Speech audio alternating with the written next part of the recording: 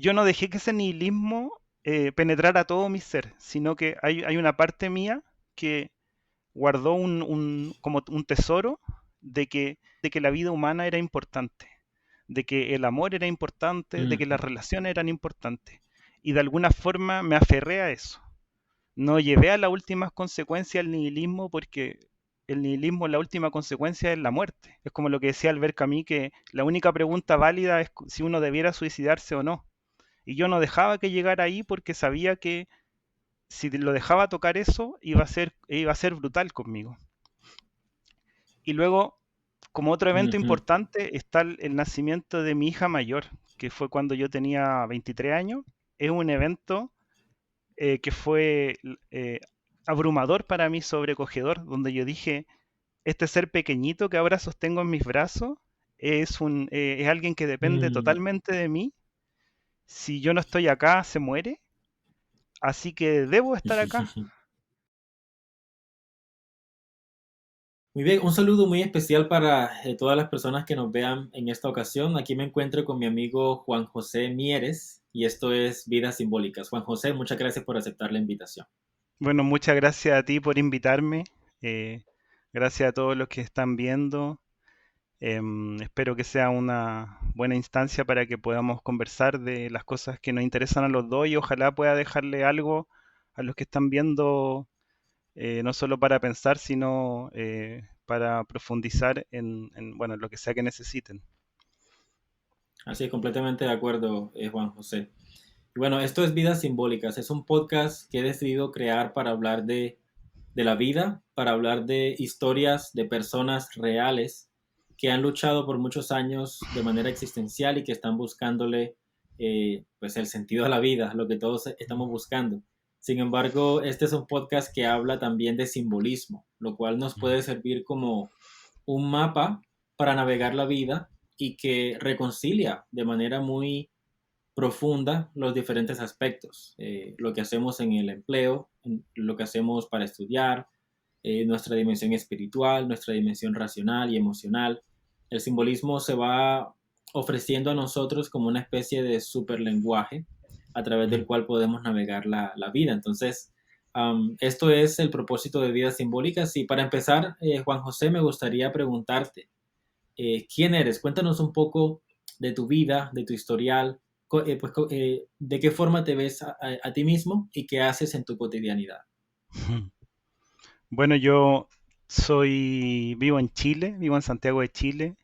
Em, Trabajo como químico farmacéutico, trabajo en un hospital acá público en Chile. Eso es una parte de mi vida. También actualmente estoy estudiando psicología con la intención de dedicarme a a la psicoterapia clínica. Em, Me gusta, bueno, me gustan varias cosas. Soy músico amateur, no creo que pudiese compartir mucho de eso porque es bien personal. Lo comparto con la gente que está más cercana a mí, pero la música es algo que me gusta mucho. Disfruto mucho haciendo eso. Em, y bueno, disfruto mucho también de la vida familiar, de mi hija, de estar con las personas que quiero. Eso es una gran parte de mi vida. Y soy cristiano. Eso también, o mejor dicho, quizás algunos deberían haber dicho, deberían haber empezado por ahí, pero tiene que ver con mi búsqueda de la verdad. Esa siempre ha sido una parte fundamental de mi vida y para mí haber encontrado la verdad encarnada en Cristo fue algo que me trajo mucha paz a un montón de preguntas que yo albergué por mucho tiempo sin tener una respuesta satisfactoria. Entonces, eso creo yo que son a grandes rasgos cómo podría definirme en este momento. Ujú. Muy interesante, Juan. Y gracias por contarnos un poco de ti como a manera de introducción. Mm. Am, la siguiente pregunta sería, ¿qué experiencias de vida te impulsaron a buscar nuevas respuestas? ¿Será que siempre ha sido así o fue que en tu historial, de pronto en tu vida temprana, viviste cosas que te obligaron a buscar esa verdad que mencionas, a buscar Mm. esa gran respuesta para todo. ¿De dónde viene eso? Bueno, yo creo que sí, como tú dices, tuve experiencias tempranas que me marcaron y algo que me llamó mucho la atención desde pequeño fueron lo que yo le llamaba las grandes preguntas, que era como, ¿para qué estamos acá? ¿Qué es esto? ¿Qué es el mundo? Pero una cosa que yo recuerdo muy tempranamente, estamos hablando de 6 7 años, era la existencia del mal. Eso era algo que eh, m- me llamaba mucho la atención porque yo creo que tempranamente fui expuesto a como ciertos tipos de cierta violencia particular, em, que me expuso a eso, que se podría decir como que generó un cambio en mí, un trauma si algunos quieren, pero me hizo preguntarme como, ¿qué es esto del mal? ¿Por qué existe? O sea, ¿cuál es el sentido de eso? Y bueno, contextualizando, yo vengo de una familia más bien atea, mis papás no me transmitieron ningún tipo de devoción religiosa ni nada, tampoco un odio hacia eso, sino más bien era algo inexistente. Pero por, por razones que no comprendo de parte de ellos, me pusieron en un colegio católico. Entonces, mi primera exposición a Dios fue en el colegio. Y me pareció algo muy extraño porque era como, bueno, yo nunca había escuchado de esto en la vida, ¿qué pasa?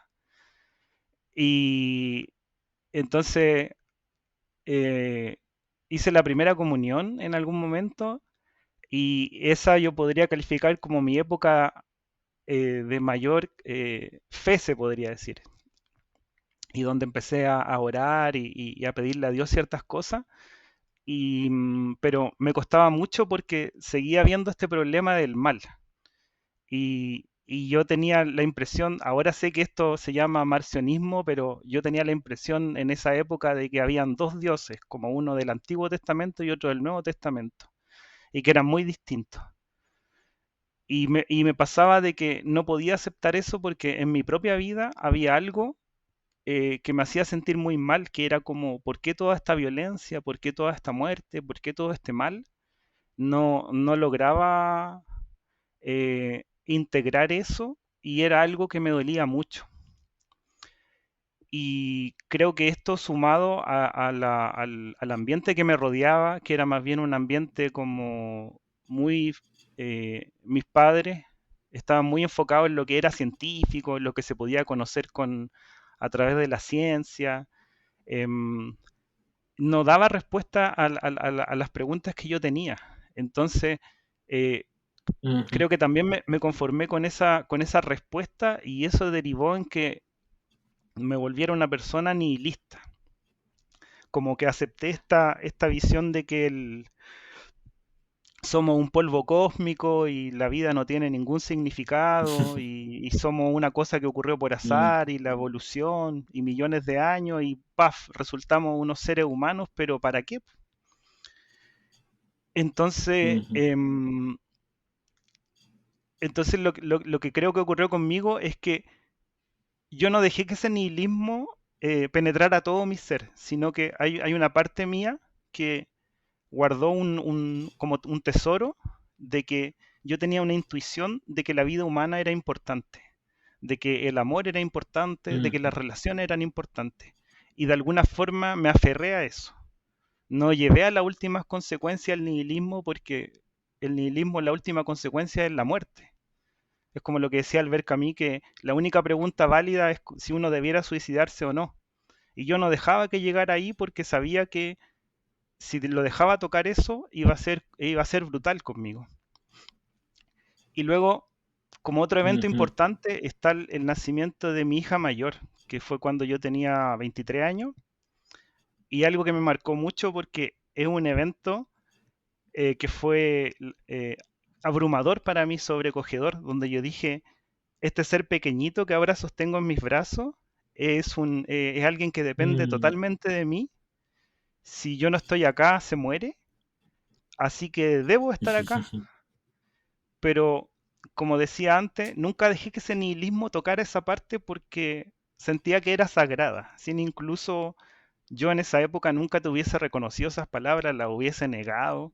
Incluso yo era alguien que siempre te decía chao y no adiós, porque adiós mencionaba a Dios. Entonces era una cosa así como ese nivel de estupidez, diría yo ahora. Sí, sí, sí. Y, y, y entonces seguí teniendo estas preguntas hasta, bueno, hasta hace muy poco atrás, cuando... Y aquí saltamos a la parte en que todo parece que hablamos de Jordan Peterson. Es que em, Sí, siempre tuve un interés en ciertas cosas simbólicas, se podría decir, pero todo partió muy al azar.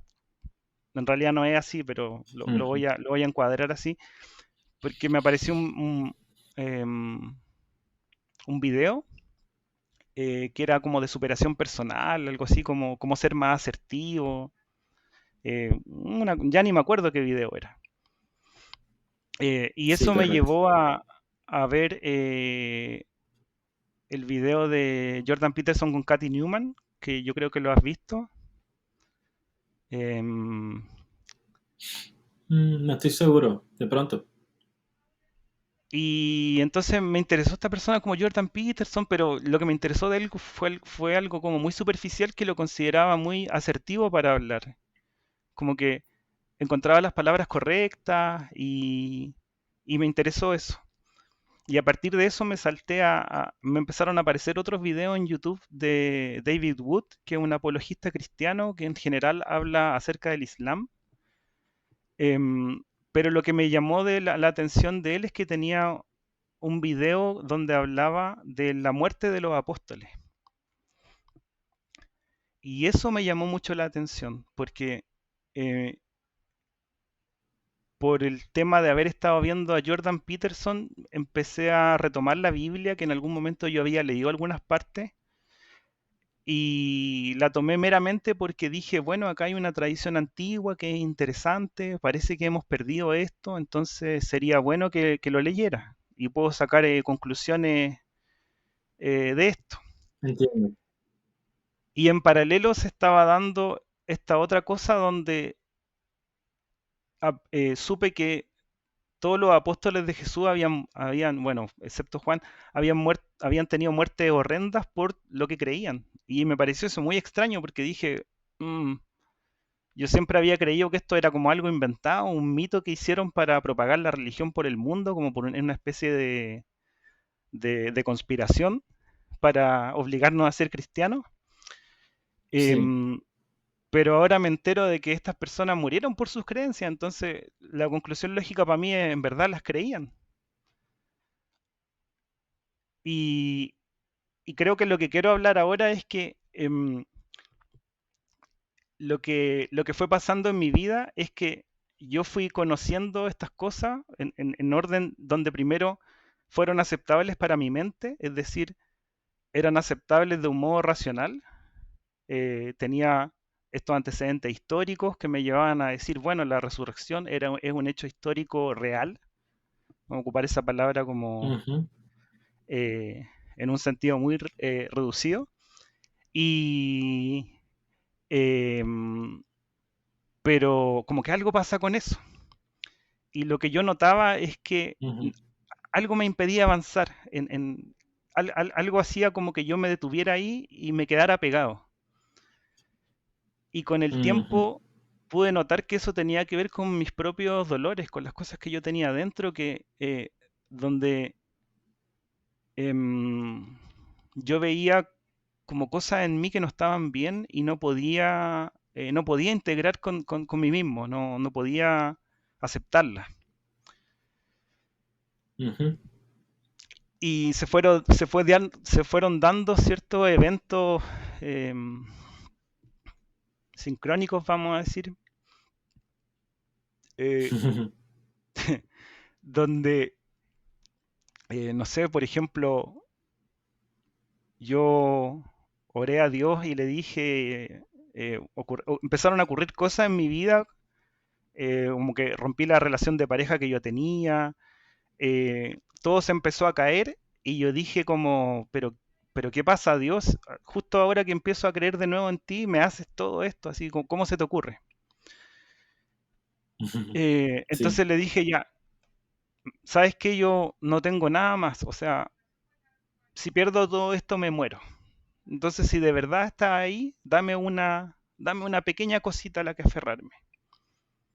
Y recibo un Ujú, mensaje de un familiar, una persona con quien tengo muy buena relación, pero ella nunca me escribe. Siempre soy yo el que le escribe. Y esa vez ella me escribió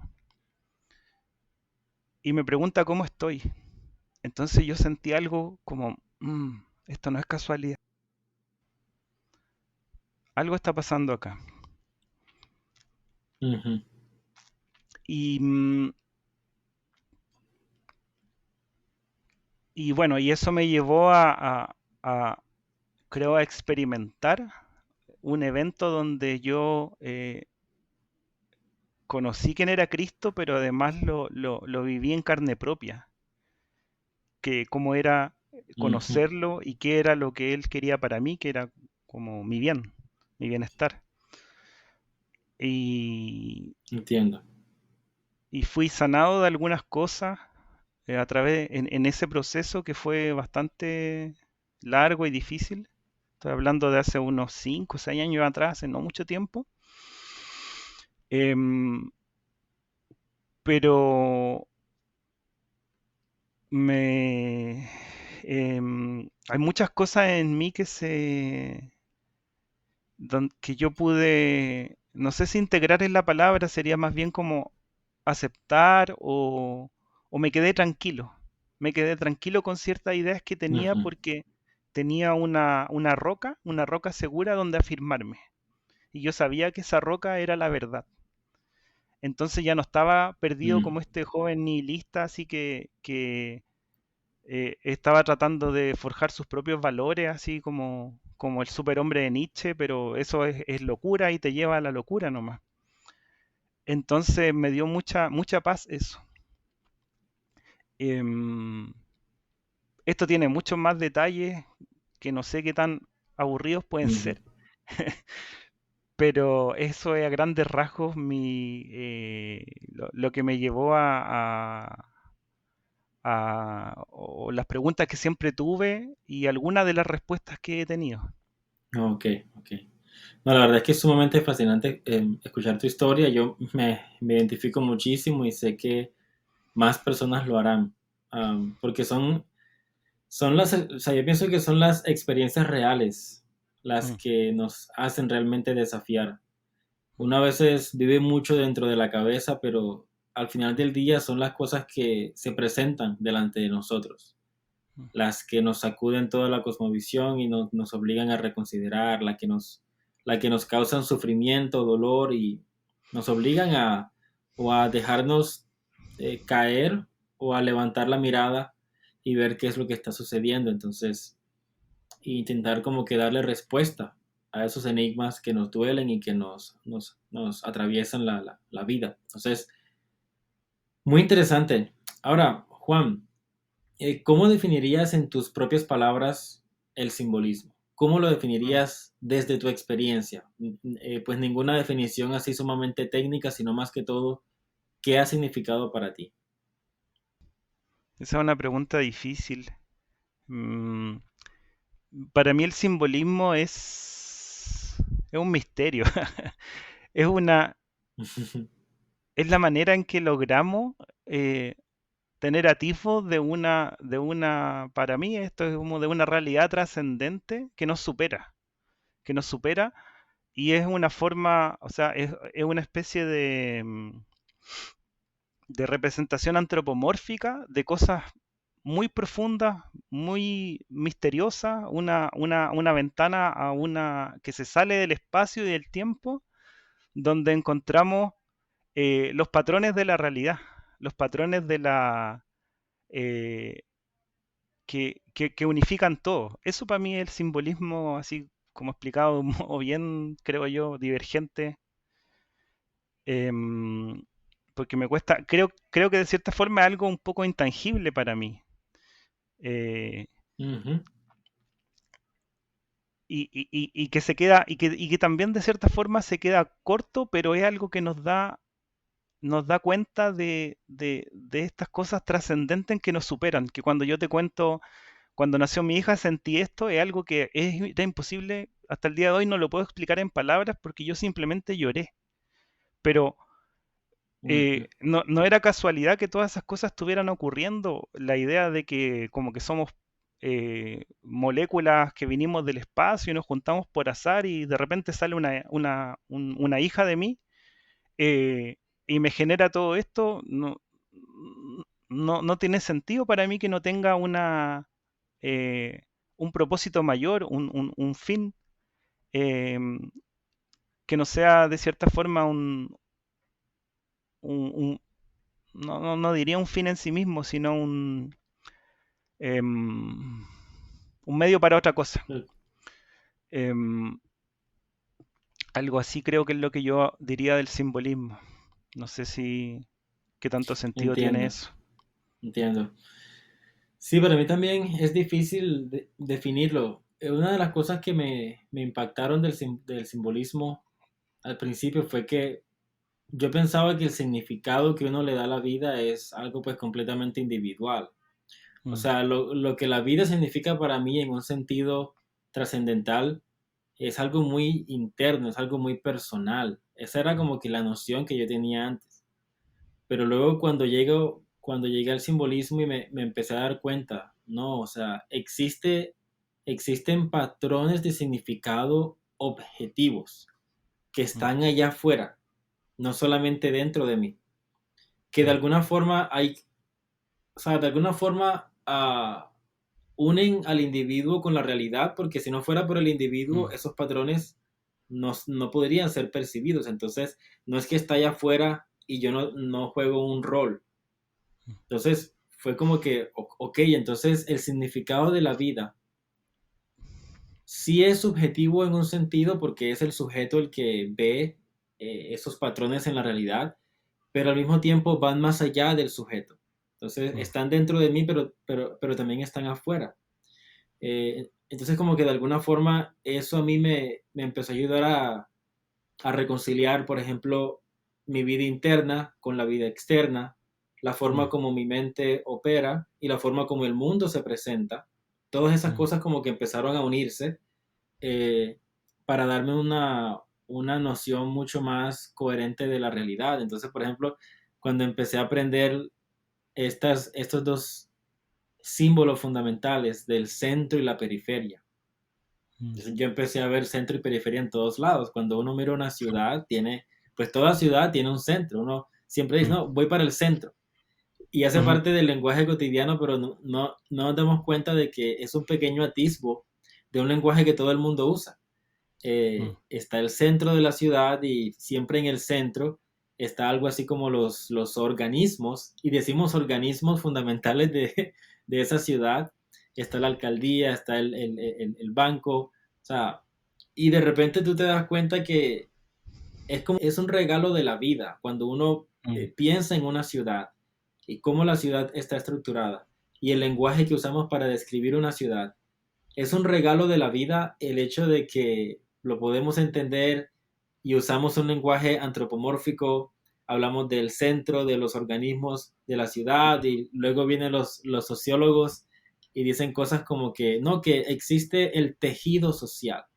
Entonces hablan de la ciudad como si fuera una prenda, como si fuera algo que alguien tejió y como mm, que todos estamos conectados en este espacio social. Entonces como que cuando uno empieza a apreciar mejor las palabras que utilizamos, las imágenes, las analogías que utilizamos, todo comienza a participar de una imagen central y mm. es la imagen del todo. Entonces, claro, te entiendo perfectamente y me parece muy, muy bueno. Ok, entonces, para ir avanzando, Juan, am, ¿de qué formas el simbolismo te ha ofrecido una visión nueva de vida? Ya empezamos un poquito a hablar de eso, pero si vamos un poquito Mm. más profundo, cuando empezaste a irte por Jordan Peterson, por el simbolismo, por ejemplo, ¿De qué forma eso te empezó a dar nuevos lentes para ver la vida? Yo creo que una de las cosas que el simbolismo me ha aportado tiene que ver con, em, al mostrarme este patrón de la realidad que como tú dices ya existe, ya está ahí, me ha dado una seguridad de partida, como que ya no depende de mí, sino que ya están dispuestos, Mm, ya hay una organización, una disposición de la cual, como tú dices, yo participo y eso me alivia una ansiedad existencial que yo siempre había tenido de como cuál es mi lugar, qué hago yo aquí, o sea, eh, a dónde tengo que sí, estar. Y ahora entiendo que de cierta forma donde estoy, muchas veces donde tengo que estar. Así como en esa parte del sí, patrón que me tocó representar, em, busco representarla y busco representarla mejor. Voy a dar un ejemplo quizá un poco burdo, pero en general yo desechaba lo ritual o por ejemplo yo decía, bueno, ¿qué importancia tiene poner la mesa bien si hoy la cuestión es comer? Entonces, ¿qué importa que esté apilado todo un montón de platos sucios ahí si yo estoy comiendo? ¿Cuál es la diferencia aunque sea una mesa bonita y haya un mantel, unas velas, qué sé yo? Y cuando empecé a sumergirme más en el simbolismo, dije, bueno, pero esto representa algo. Pues quiere decir que cuando estamos comiendo, estamos en comunión, estamos participando de esta reunión familiar o qué sé yo de personas y estamos representando algo que nos supera, que ya estaba ahí de antes. Entonces, mientras más nos acerquemos ujú, a lo que a eso que es representado, vamos a estar participando mejor. Y en la medida que lo fui haciendo, me fui dando cuenta de que eh, tenía un nivel de paz, se podría decir, o de, no sé, no sé cómo expresarlo mejor, pero de, no una cosa como vanidad, sí. porque no digo que yo no tenga esas cosas, pero es como qué tranquilidad Quizás poder como de hacerlo así sentido. y saber, claro, y saber que esto tiene sentido, que no es simplemente que a mí se me ocurrió Ujú, de que la mesa fuera redonda y todos nos sentamos alrededor, porque, o no sé, por ejemplo, yo conozco, o quizás sería mi tendencia más disoluta, decir, bueno, que cada uno coma en su lugar si la cuestión es echarle comida al cuerpo. No, tiene un propósito, tiene un sentido que lo hagamos así. Entonces, el confiar en que eso existe, sin siquiera aunque yo lo entienda, sino que simplemente lo intuya, me acerca la que siento es una vida mejor. Y eso es lo que creo ujú. que el Qué simbolismo tremendo. le ha aportado mucho a mi vida. Claro, si pensamos un poquito más en eso de sentarse a comer, yo puedo ser una persona súper nihilista, bien materialista y decir que, bueno, lo que importa a fin de cuentas es darle alimento al cuerpo para que siga Mm, existiendo, para que las operaciones biológicas sigan avanzando. Si es que yo le encuentro sentido a eso, mejor ni siquiera comer, como tú decías, ¿no? El camino final del materialismo y del nihilismo es la pregunta, ¿me quito la vida o no? Y si la mm, persona es lo suficientemente consecuente y honesta con su nihilismo, mm, lamentablemente la respuesta es sí, debes quitarte la vida. Y es lo mm, más triste de todo esto. Pero si uno empieza a creer que la vida tiene sentido y que ese sentido no se lo doy yo, sino que es un regalo de la vida misma, y yo mm, empiezo a sentarme a comer con mi familia creyendo que allí hay una realidad más mm, allá de la comida. Entonces yo como que empiezo a ver, ok, no en todos los casos, pero por lo general la mesa es redonda. Y si en sí, caso de que la mesa no sea redonda, nos sentamos en forma más o menos circular. ¿Qué mm, significa eso? Quiere mm, decir de que estamos participando de algo y que ese mm, algo está, por decirlo así, en el centro. Pero no en el centro en un sentido Bueno, sí, incluso en un sentido visible porque estamos alrededor de la comida, o sea, lo que nos unifica es la comida, Mm, pero no se detiene allí. mm, Estamos participando de un banquete, pero o sea, a la vez esa comida la hizo, por ejemplo, mi madre, y mi madre heredó la receta de su abuela. Y así, o mm, sea, cuando uno va pensando en todo lo que está representado en una sola cena familiar, mm, uno termina como que viendo una imagen completa de quién soy yo, de mi mm, identidad, de mi ciudad, de las recetas de mi familia. Y mm, allí, si uno realmente tiene fe en la realidad y aprovecha al mm, máximo ese momento, es como que, ok, la comida nos une, mm, vamos a sacarle el máximo provecho a esta participación, vamos a hablar, vamos a dejar el teléfono a un lado, porque mm, luego me doy cuenta de que el teléfono tiene una intencionalidad y que esa intencionalidad se opone a la participación de la mesa. Entonces mm, como que yo empiezo a adquirir un sentido moral superior. Entonces, mm, como que, ok, voy a dejar el teléfono aparte, no simplemente porque me dijeron que está mal, sino porque mm, veo que hay un propósito que se opone al propósito de la mesa. Voy a enfocarme en esta cena, a compartir mm, historias, a escuchar a los demás, a realmente dejar que la comida nos una y mm. de esa manera ser una familia. Entonces, es un tipo diferente de visión y son ejemplos de lo que es el simbolismo en nuestra vida. Mm. Y bueno, Juan, para avanzar un poquito más, te pregunto, ¿qué nuevos desafíos? Porque, ok, me dices que ya el simbolismo te ayuda a descubrir el significado, que la vida nos regala muchos patrones y que ya no hay tanta ansiedad de que estoy o no estoy en el lugar correcto. ¿Debo hacer Mm, esto o no debo hacer aquello? mm, ¿Debo estar con esta persona o no debo estar? No, el simbolismo nos indica que el mundo entero está lleno de patrones y que mm, el lugar donde yo estoy siempre es el lugar correcto porque hay algo que puedo encarnar en ese momento. Si es que mm, realmente es un lugar que puedo soportar, ¿no? Porque también está el simbolismo de yo entrar en un espacio que es demasiado diferente a mí, donde yo voy a enfrentar un caos que no puedo tolerar. Entonces, pero ya eso es mm, otro tema. Pero en pocas palabras, el simbolismo nos indica que el mundo está lleno de significado y que con los mm, ojos correctos y viviendo de manera sabia podemos manifestar el patrón indicado en cualquier espacio de la vida y de esa manera como que participar de la realidad de manera significativa y consciente. Entonces, pero, ¿qué desafíos tienes ahora que ves el mundo de esta manera? Bueno, uno de los desafíos que yo percibo es, me llamó la atención cuando hablaste del teléfono, porque pensé como cada cosa tiene su espacio y su lugar.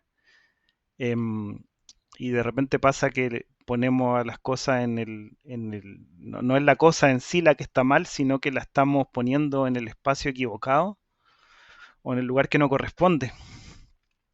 Em, Ujú, Uno de los desafíos que yo tengo es justamente, tiene que ver con eso y quizás me puedes ayudar aquí, porque me ha costado encontrar mi lugar, pese a que va a sonar como que me estoy contradiciendo un poco, porque antes decía, me ha dado esta paz, pero también me ha dado esta paz porque, bueno, siempre me he sentido en muchos ámbitos como un bicho raro, así como, bueno, ¿qué lugar tengo yo? Si mira, tengo toda esta idea extraña y nadie más piensa así. Y el simbolismo ujú, obviamente me ha llevado a decir, bueno, está este centro y está esta periferia y muchas veces a mí me toca la periferia porque, bueno, así fui hecho y está bien. Y creo que el desafío para mí es poder llevar a esto a, em, a más personas. Así como suena como muy de mm. evangelismo esto, pero como de poder decirle a la Sí, gente, sí. cuando yo te decía que estudiaba psicología, para mí es súper importante eso porque de mis propias experiencias eh, he sacado conclusiones que me gustaría compartir, pero no como uno las lee en un libro, sino encarnarlas de verdad en algo que sea tangible para, para otras personas y que lo ayude a, también a encontrar su lugar en el mundo, a ver qué mm, significa su historia de vida, qué significan las cosas que le han ocurrido, qué, eh, qué lugar le pueden dar eso, ellos a, a esos eventos, a esas vivencias, y cómo esa experiencia sí, puede ayudarlo a construir eh, una mejor participación con la realidad, asumiendo que aunque la realidad no nos necesita, em, formamos parte de esta realidad y eso tiene un sentido final que, bueno, un cristiano te va a decir que es en Cristo, eh, y, yo digo eso, entonces, em,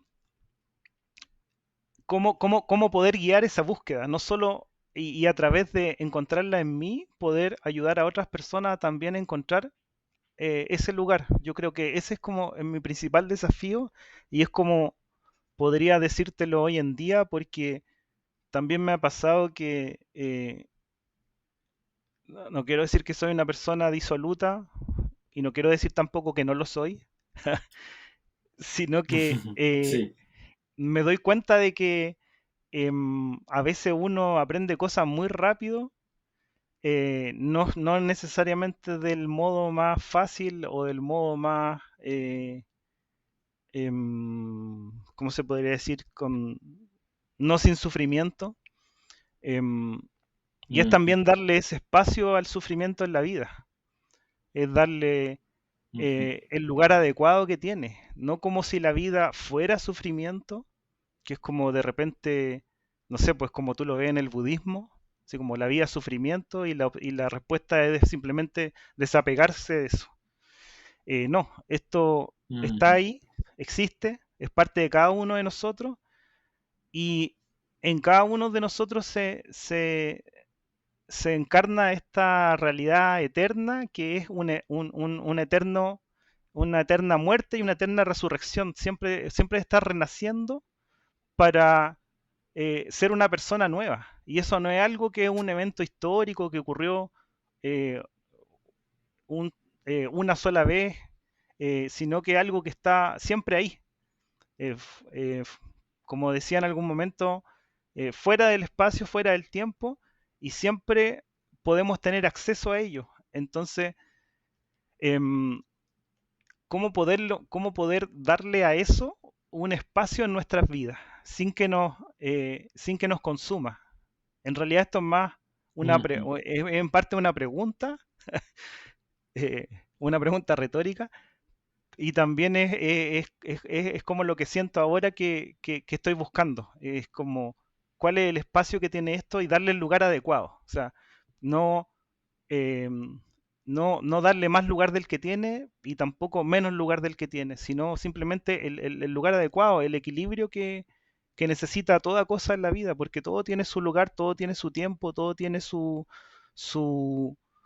su manera de manifestarse en la realidad, que es la correcta, y lo que pasa muchas veces es que simplemente estamos desconectados de esa idea. Y al estar desconectados, en realidad solo le agregamos sufrimiento.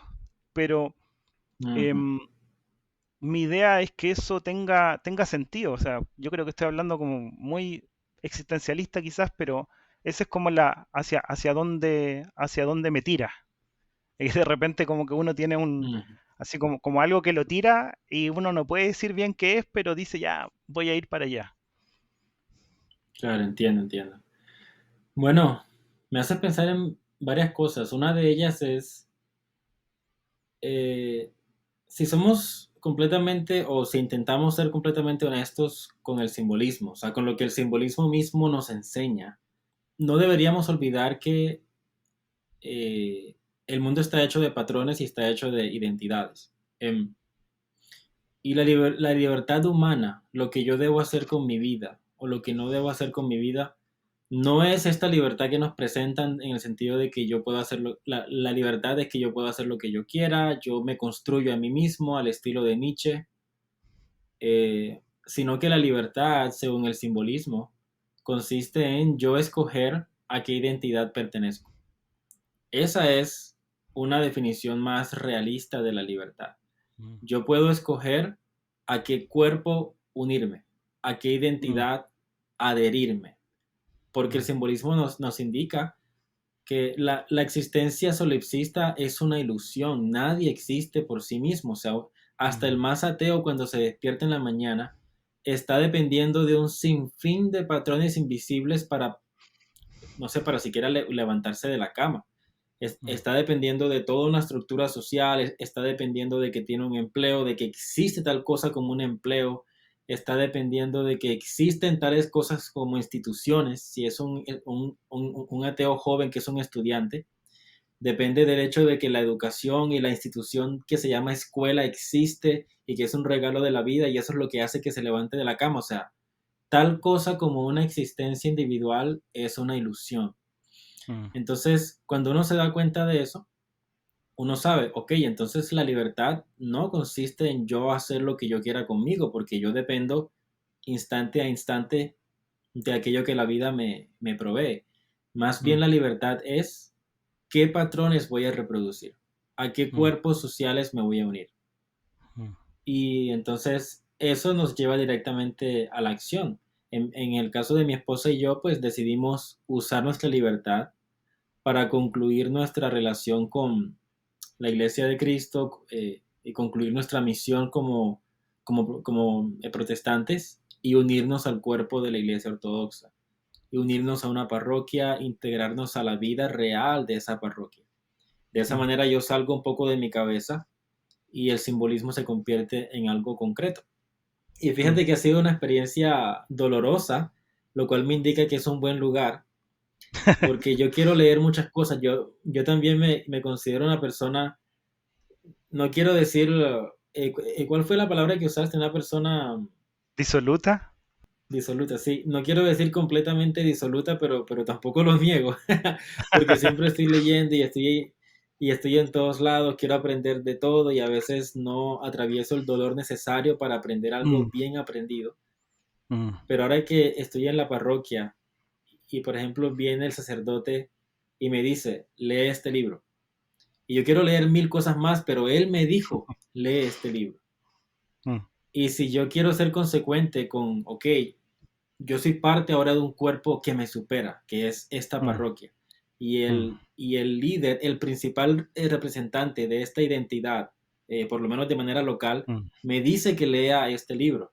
Así que voy a sujetarme, voy a comportarme como un miembro de este cuerpo.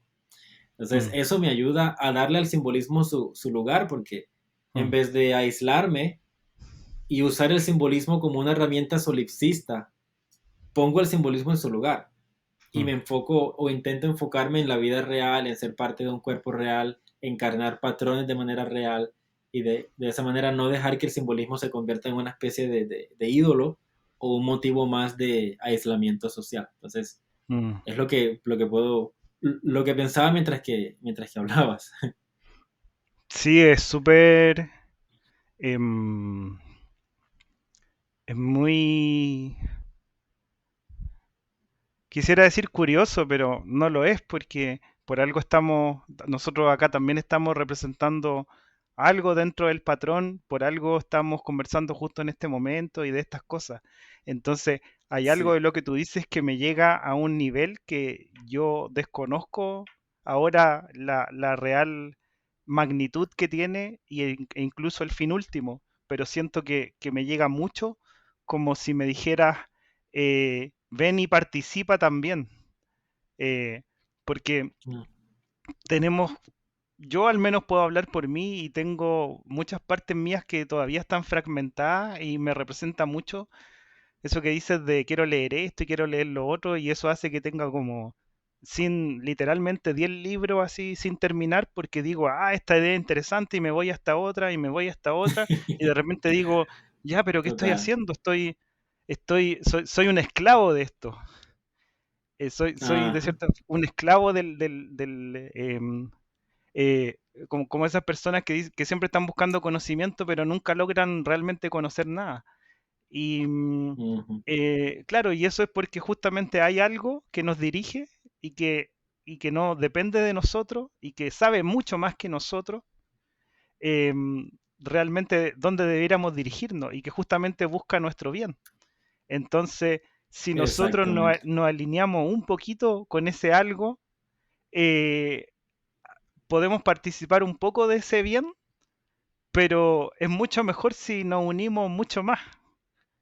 Em, Mm, entonces creo que eso es lo que me hace pensar lo que me dices tú de, y lo que se dice muchas veces de los grados de participación que hay en la realidad y cómo podemos lograr acercarnos mucho más a eso, porque em, no hay forma, no sé si hay forma de transmitirlo con palabras, yo considero que no soy muy bueno con la retórica, pero sí está ahí. Entonces, como que a veces la mejor forma es como ven y vívelo. Es un poco como la terapia cognitivo-conductual que de repente es como, mm, ya me da lata levantarme y tengo que ducharme y todo eso, y el terapeuta te va a decir, ya no importa, pero en este caso tú hazlo. Hazlo y cuando lo estés haciendo te vas a sentir bien. Y se te va a olvidar que todo esos pensamientos que tenía acerca de lo fome, es un chilenismo, de lo aburrido que es, de lo aburrido que es, no sé, ir a hacer ejercicio o qué sé yo, pero al hacerlo, se te va a olvidar. Y sí. en muchos de esos consejos que tomamos así como técnicas terapéuticas, como dice una amiga tips, me dice, dame tips. Y yo pienso así como, ¿pero qué es un tips? ¿Qué es eso?